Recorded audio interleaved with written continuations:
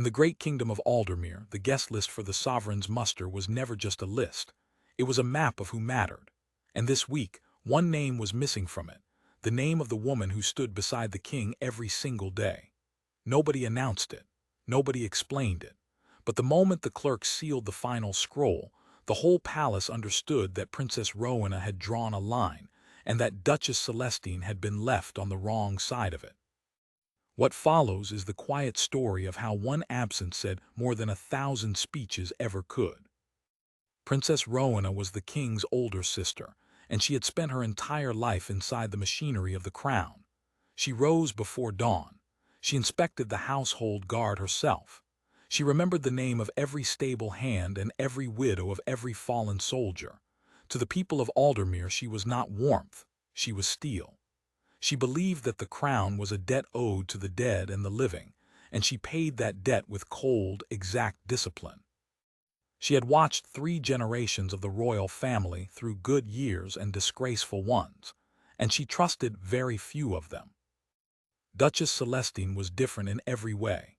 She had married into the family late, after the king's first marriage ended in sorrow, and she had never fully belonged. She was gentle where Rowena was hard. She preferred small gardens to grand parades, quiet dinners to state banquets. The common people had slowly grown fond of her, but inside the palace walls she was still treated as a guest who had simply stayed too long. She felt this coldness in 100 small ways, and she had learned to smile through all of them. The sovereign's muster was the oldest ceremony in the kingdom. Once a year, every regiment marched past the royal box while the family sat together and honored the men and women who guarded the realm. To be seated in that box was to be told, in front of the entire nation, that you were family. To be left out was a wound that everyone could see. For weeks the household had assumed Celestine's seat was certain. She was the king's wife.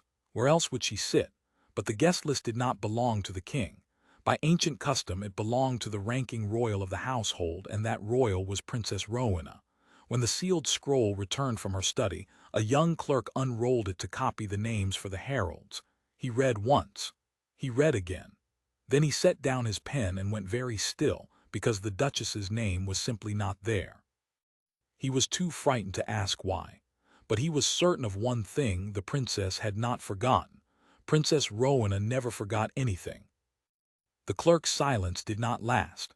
By the next morning the missing name had traveled through every corridor of the palace, carried in whispers behind closed doors. Servants who had worked in the household for 40 years could not remember a time when a sitting queen or duchess had been left off the muster list. Some said it must be an error. Others, lowering their voices, said Princess Rowena did not make errors. And a few, the oldest ones, simply nodded as if they had been waiting years for this exact morning to arrive. Duchess Celestine learned of it not from the princess, and not from the king, but from her own lady-in-waiting, who came to her room pale and shaking. Celestine was seated at her window, brushing out her long gray hair, when the young woman told her that her seat at the muster had not been assigned. For a long moment the Duchess did not move. Then she set the brush down very gently, as though a sudden motion might break something, and she asked only one question: "Does the king know?" The lady-in-waiting could not answer. Nobody knew. That question was the heart of everything. If the king had approved the list, then Celestine had been quietly cast aside by her own husband.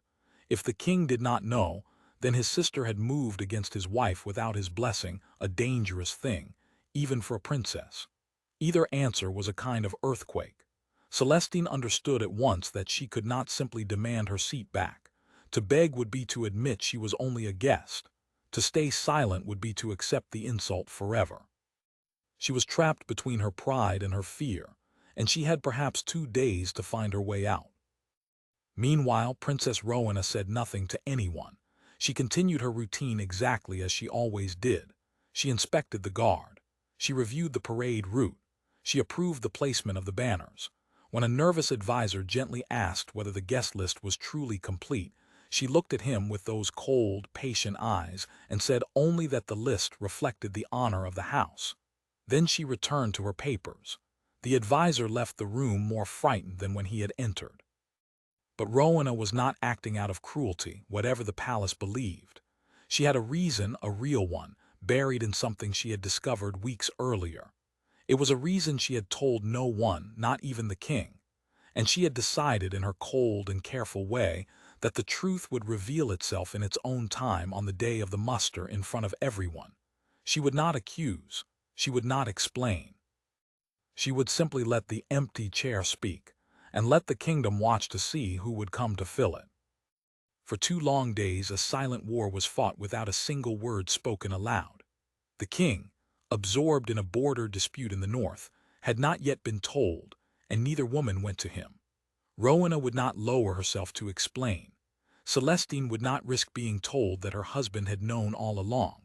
So the two most powerful women in Aldermere circled each other through the halls, nodding politely at breakfast, passing in doorways, saying nothing that mattered while everything hung in the balance.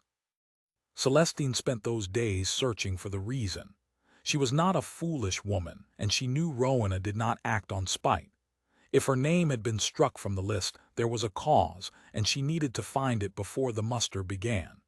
She went quietly through her own affairs, the letters she had sent, the guests she had received, the charities she had funded.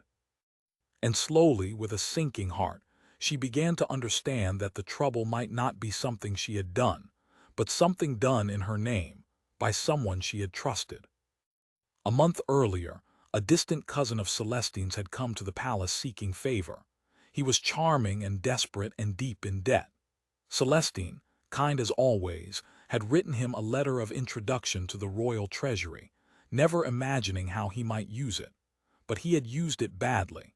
He had presented that letter to certain lords as proof that the Duchess herself backed his schemes, and he had borrowed against the crown's good name.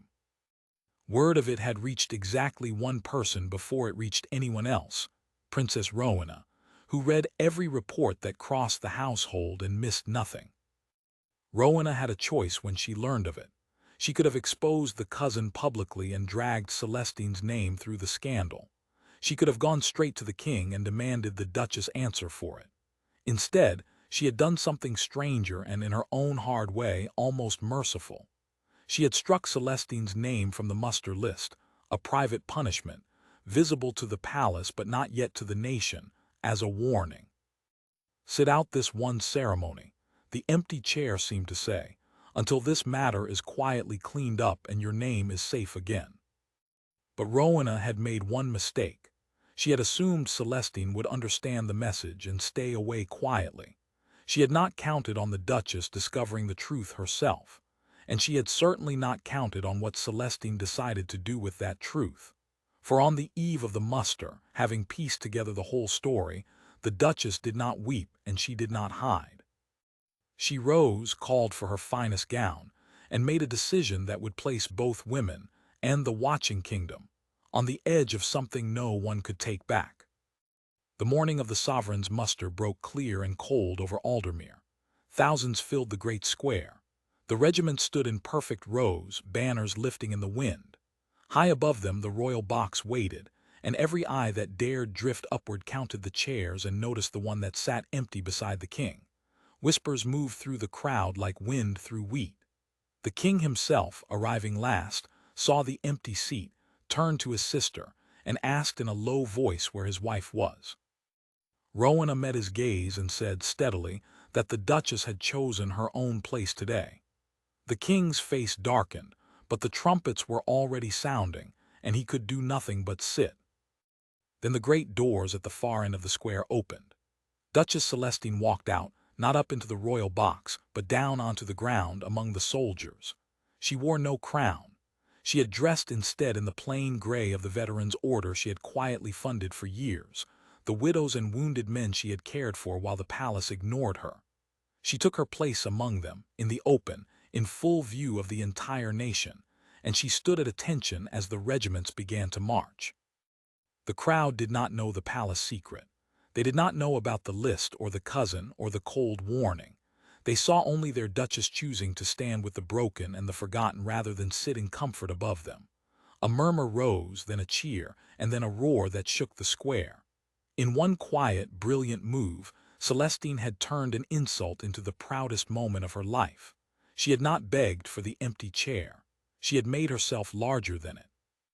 In the royal box, Princess Rowena watched, and something in her hard face shifted. She had struck the name to protect the house. Celestine had answered not with anger but with grace, and had cleaned her own name in front of the whole kingdom by standing exactly where a true royal should. Rowena understood in that moment that she had misjudged the woman completely. When the last regiment passed, the princess rose, walked down the long steps alone, and crossed the open ground to stand beside the Duchess among the veterans. Two women, side by side at last, in front of a nation that would never forget it. Later, the cousin was quietly dealt with, and the debt undone. The king never fully learned how close the two women had come to open war. But from that day forward, the empty chair became a kind of legend in Aldermere, the day a princess tried to send a silent warning, and a duchess answered with a silence far louder and far kinder. And whenever the two of them were seen together after that, walking the palace halls, the servants would remember and smile and say nothing at all.